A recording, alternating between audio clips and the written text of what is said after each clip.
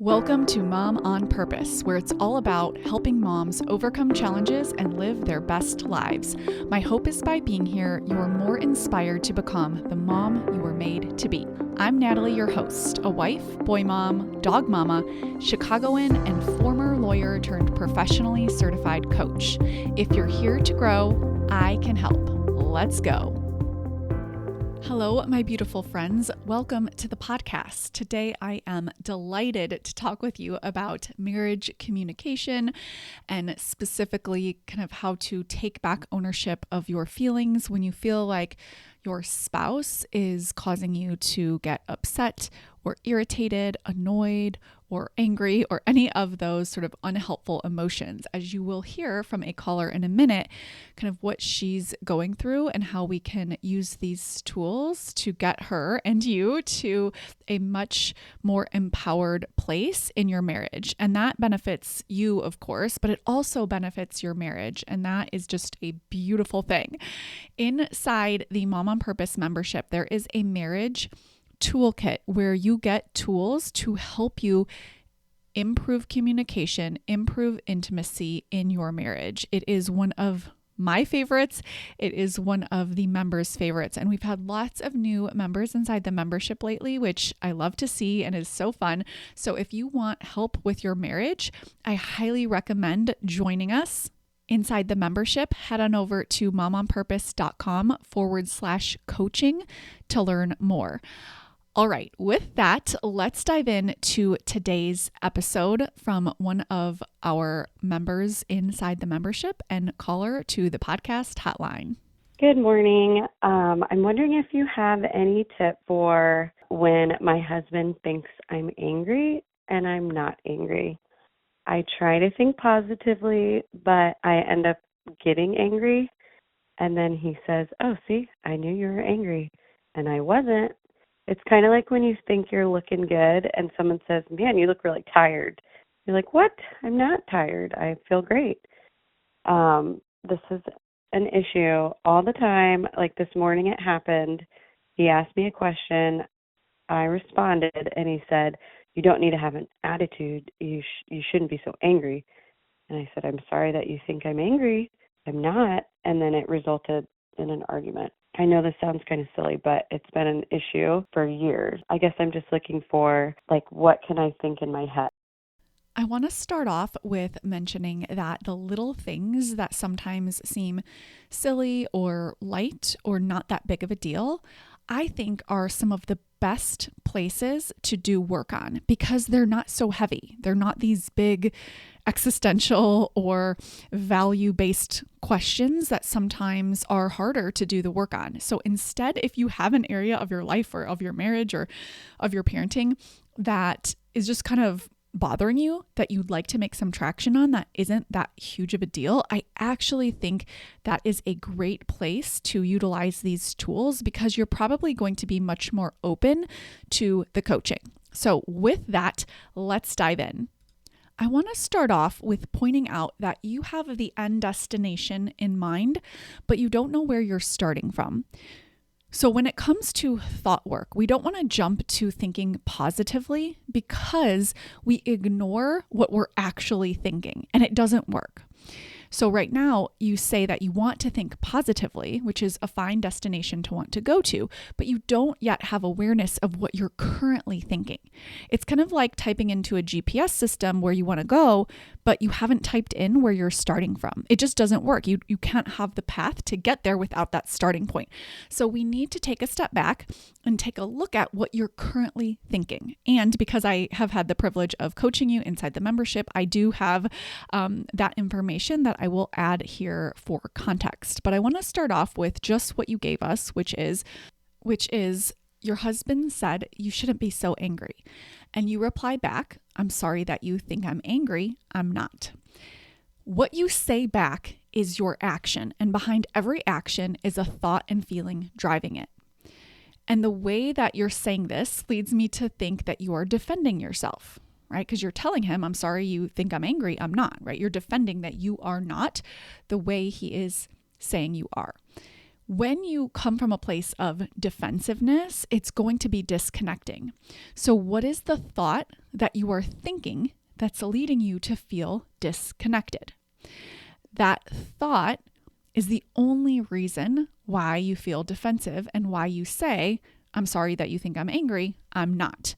We did have the privilege of going back and forth a little bit inside our Ask a Coach platform, inside the membership on this. And you let me know that your thought is, I'm not angry. Why does he always think that?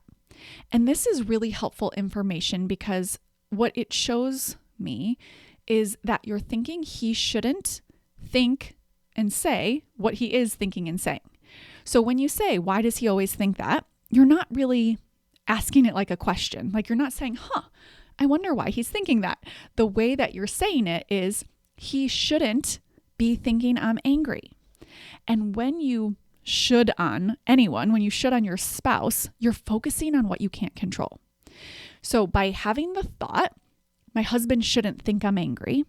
That's really your worst thought here. The most poisonous thought is my husband shouldn't think I'm angry. It focuses on what you can't control. And it delegates your emotions to him because you're saying, as long as he does think I'm angry, I'm going to be defensive. And then ultimately I do get angry because he's being someone that I think he shouldn't be. And aside from the fact that it just feels disconnecting and miserable, it's ineffective. Right? It doesn't change the way your husband is. So it's not a helpful way of thinking. So you can do work on your own thoughts and feelings, but you have to start from knowing that it's just a thought. It's just a sentence in your head that you are focusing on. You are focusing on, my husband shouldn't think that I'm angry. And that thought feels so true. But again, it's kind of like, I like to say it's like irrelevant because you just can't control what your husband's brain is doing. And like you said, which is the case for most of my marriage clients, our spouses tend to repeat their patterns. So this has been going on for quite a while, not surprisingly, because our brains are the same. And so they show us who they are, our spouses do. And that means that we see the amazing parts of them, and then we repeatedly see the parts of them too that are harder for us to be around and manage our minds around. And that's okay, right? Our spouses aren't supposed to be us. And remembering that is really helpful. So when you take the thought, my husband shouldn't think I'm angry, are you willing to be wrong about that thought? That is a really important question. And I don't mean to say that you actually are angry when you're not. You want to validate yourself, but can you give your husband space to think whatever he wants about you? And if he's wrong about you, that's okay. One of my favorite and most freeing thoughts is, it's okay for someone to be wrong about me. Now, I say that to myself. Can you see how saying, I'm sorry that you think I'm angry, I'm not, when you say that to your spouse, that's very disconnecting. So it's not surprising that in the rest of your thought model and the rest of the conversation that it ends up disconnecting and you end up angry. Because as Byron Katie says, the first act of war is defense. So when you defend yourself, you pin yourself against your spouse. I always like to use the analogy of being on a couch. I want to position myself on the couch with my spouse next to me. It's Steve and I, we are on the same team and there is a challenge in front of us. When I am defensive, I put myself off the couch and against my husband. So it's me against him. And that's really what you've done here, which is why this feels so hard and frustrating. It's because you're feeling like it's you against your spouse. But you can sit back down on that couch and just think, okay, it's my spouse and I, we are on the same team. As far as I know, you want to continue to be married to your spouse and you just want to work on this challenge. And so thinking, I am on the same team with my spouse and giving him the benefit of the doubt. And that even means holding space, allowing him to think whatever he wants. Like, it's totally fine if my spouse thinks I'm angry when I'm not. Isn't it? Like, what if you just allowed him to think that even when it's not true? I wonder how you would show up if instead of feeling defensive, you felt connected or curious. What would you say instead? it would probably sound a lot different. So for example, if you were thinking, oh, that's just my husband. He often thinks I'm angry and I'm not. It's kind of cute. And you felt connected and you felt curious too, what would you say? It would not come off as defensive. It would not be, I'm sorry that you think I'm angry. I'm not. You wouldn't be correcting him. Instead, you would maybe say, oh, wow, I didn't realize I came off as sounding angry to you. Tell me more about that. Or if, that doesn't resonate with you, maybe it would be something like, I hear you. Even just saying, I hear you is a way for you to validate. Validation is, yes, tell me more. So this actually comes up a lot when I coach on parenting. So if a child says something like, I hate you to the parent, not surprisingly, most parents take that personally and make it mean something about them, and then it becomes all about the parent. And what I work with the parent on is actually allowing the child to think whatever they want to think, and then getting curious about their thoughts and feelings that are leading them to say that. And that's kind of what we're doing here. It's not that you are agreeing that you are angry, but you're agreeing that your spouse is having that experience and you're wanting to know more. So it comes from wanting to respect your partner. So if my partner says something that I don't agree with, instead of kind of coming from this place of I'm right and you're wrong, no, that's not right, which is very defensive and puts us against each other, I want to be able to say, tell me more. Like, tell me what your thoughts and feelings are. Not because I want there to be one right answer, but because I respect you, I care about you. Particularly when it's your opinion about me, I do want to know if I'm influencing that in any way. And maybe I am, and maybe I'm not. Maybe there are things that you're doing that you don't even realize that you want to change, and maybe not. Either way, it's not really about you. He's saying what he's saying because of his thoughts and feelings. We cannot control other people's thoughts and feelings. And when you think that he shouldn't think I'm angry, that is going to put you into trying to get your spouse to do something. I call this get my child mode in parenting. It's the same thing with your spouse, get my spouse mode. Anytime we are trying to get our spouse to do something that they don't want to do, how do I get my spouse to stop thinking I'm angry? It's focusing on the wrong thing. It's disempowering. Instead, focus back on you. Who do you want to be? It sounds like you want to be a spouse who supports your spouse, who validates your spouse, who feels connected to your spouse, but also is connected and loving and validating to your own experience. So this is where I actually think there's two pieces of this work to do here. There's the work that we've been talking about so far, which is the work that you're going to do in the moment. So when your spouse accuses you of being angry and you genuinely don't feel angry inside, instead of taking it personally and making it about you, you can get to the place where you simply just think, I wonder what's going on for him. I wonder what this is about. And you're believing we're on the same team. So I want him to tell me more about this. And it's totally guard down, not feeling defensive. You're feeling very open and vulnerable. That is the work to do in the moment. Now, out of the moment, I think there is work for you to do if you want to have a genuine, intimate conversation with your husband about this.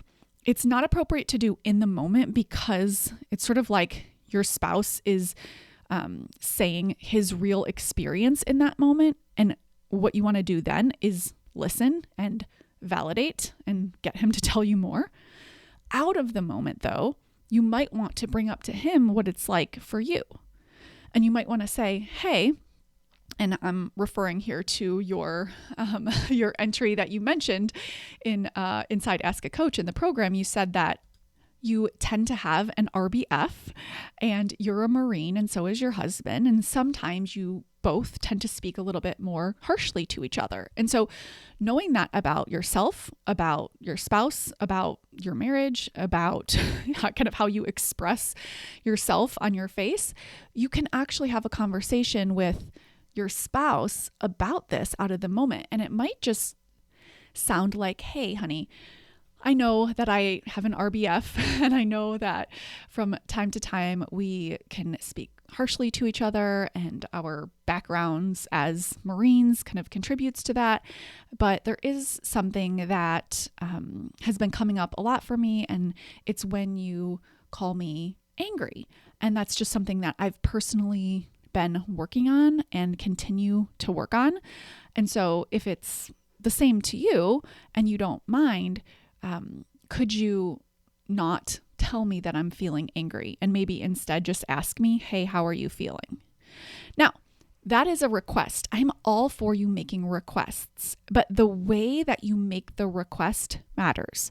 So again, if you have the mindset, we are on the same team, my spouse loves me, he has good intentions for himself, for me, and for our marriage, and you feel really connected and open when you make this request, it's going to come off very different than if it's very matter of fact and defensive. And the defensiveness doesn't come from your experience as a Marine. Defensiveness just comes from your thought patterns of kind of thinking that you need to protect yourself, right? It's sort of that primitive brain not wanting to get hurt. And if you know that, you can sort of put down that armor of defensiveness and just allow yourself to feel a little bit vulnerable. And vulnerability quite literally means that you subject yourself to harm. And here we're just talking about emotional harm. So if you reassure your brain, okay, brain, it's okay. Even if I feel hurt by something that he says, I can handle that. I can process a little bit of negative emotion. That process is worth it for your own growth and for your marriage, because then you let down the armor, you let down the defensiveness, and you genuinely make the request from a place of openness and honesty and vulnerability. And here's the second part. Making a request does not mean that you hang your emotions on it. So it's not like, okay, you did all of this work, you made the request beautifully, and that automatically means his actions are going to be different. You want to make the request in this way for your sake. Now, what he does with that is up to him. And I do think that the more compassion you have, the more understanding you are to yourself and to him, the more likely it is for someone to kind of comply with your request. If you just think about human nature, we like to honor other people's requests when we feel really connected to them, but that doesn't mean that it's a guarantee. And so what this means is taking responsibility for your emotions. So if your spouse continues to kind of say you're angry, even though you've made a genuine request out of the moment, then you can do the work in the moment where you still want to take control of your emotions. You don't want to delegate your emotions to your spouse just because it disempowers you. Your spouse can feel angry. Your spouse can feel defensive. Your spouse can feel however he wants to feel. And you can feel how you want to feel. It doesn't mean you're dismissive of his feelings, but you also don't have to get defensive and angry back. You don't have to mirror him. Instead, what you can do is decide how you want to think and feel out of the moment. Now, you started saying that you want to think positively, and I don't think that's a bad or wrong end destination, but a lot of times what I find to be more empowering is to just think that I want to think in a way that empowers me. And a lot of times that is feeling positive, because feeling connected to my spouse, thinking we're on the same team, those I would say are positive thoughts and feelings. But on the other hand, there might be times in your marriage where you want to communicate from a place that isn't necessarily positive, but still feels empowering for you. So instead of thinking positively, I like to think intentionally and think purposefully. So when you're thinking purposefully, it's going to be a lot different than what your primitive brain is going to think on default. So on default, your brain is going to defensiveness, which is the norm. It's just human nature to defend ourselves. But when you see that your attachment system and your survival isn't actually threatened, you can drop that defensiveness and allow yourself to feel connected, because that's the choice that you want to make with respect to how you feel. So kind of in a nutshell, circling back to kind of the formula that I think will be most helpful for you and for everyone listening in working on your own marriages and communication in your marriages, is to focus on what are your default thoughts and feelings that are leading you to the actions that you're taking. And then what do you want to think, feel, and do, particularly in predictable circumstances? Now, of course, out of the moment, yes, make requests, but we don't hang our emotions on whether spouse complies with those requests. Spouse may or may not, depending on if they want to. If they want to, great. You both want the same thing.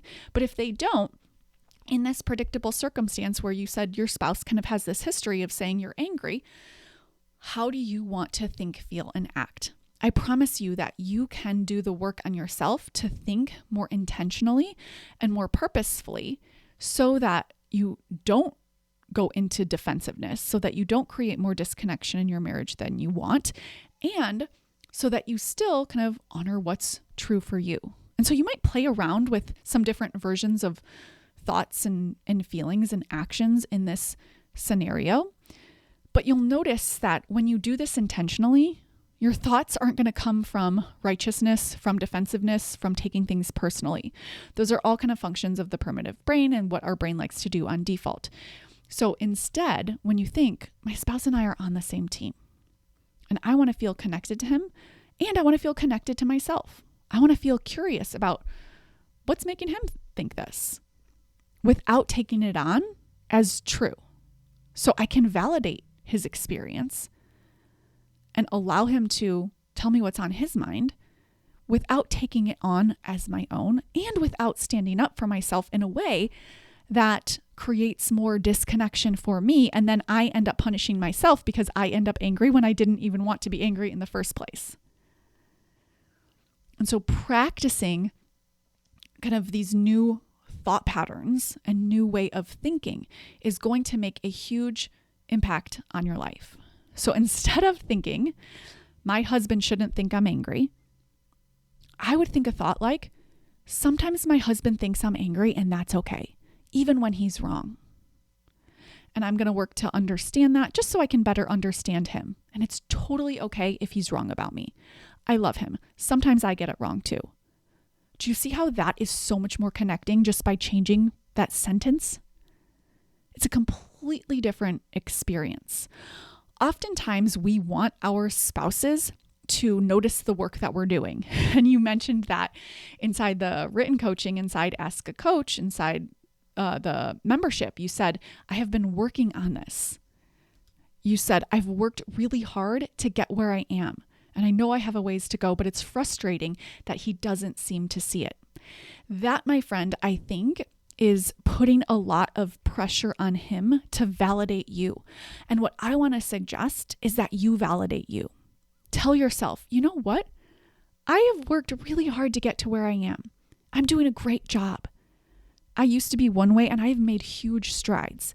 And it can sound kind of weird at first to validate yourself and talk to yourself in that way, but I promise you it actually does work, because the only reason you want him to validate you is because of what you'll make it mean. His sentences that he says, the words that he speaks, do not jump into your body and create your feelings.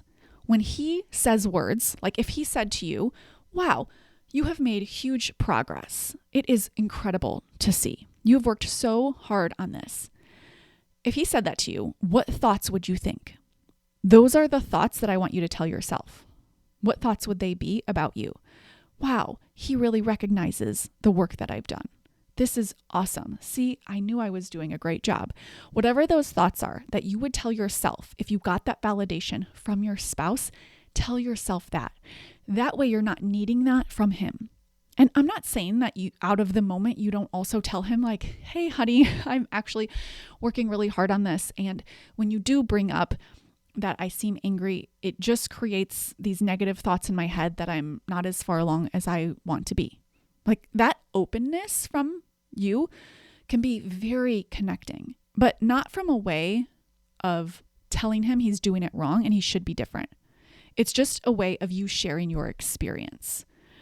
So the thoughts and feelings driving the conversation that you have with your spouse really are the crux of all of the communication. Because if you are thinking and feeling in a way where you're on the same team with your spouse and you're feeling really connected, that's a completely different conversation than if you are feeling defensive and against your spouse. So do the work out of the moment of deciding how you want to think and feel before you have conversations with your spouse. Yes, make requests, but again, your spouse has agency to think, feel, and do whatever he wants. And of course, you do too. It doesn't mean there aren't kind of your own consequences and boundaries, but those are things that you do for you, not in an effort to manipulate or control your spouse. That will leave you feeling defeated, miserable, and it just doesn't work. So instead of thinking disempowering thoughts that lead to defensiveness, like my husband shouldn't think I'm angry, think empowering connected thoughts, like sometimes my husband thinks I'm angry and that's okay. It can be that simple shift that takes you from feeling combative and defensive in your marriage to feeling really connected. Keep doing this work out of the moment for yourself, practicing those thoughts so that in the moment it gets easier. And I promise you, my friend, you will see a world of difference. And that goes for everyone listening. Notice your thoughts and feelings that are driving the words that you're saying in the communication that you're having with your spouse. It matters. It matters more than the word you say. It goes back to the old saying, it's not what you say, it's how you say it. That means it's the thoughts and the feelings behind what you say that matter most. Focus on creating intentional, purposeful thoughts and feelings so you can show up as the woman and wife that you genuinely want to be. I will talk with you next week, my friend. Take care. Thank you for being here and listening. Now head on over to momonpurpose.com/coaching to learn more about the Mom on Purpose membership, where we take all of this work to the next level.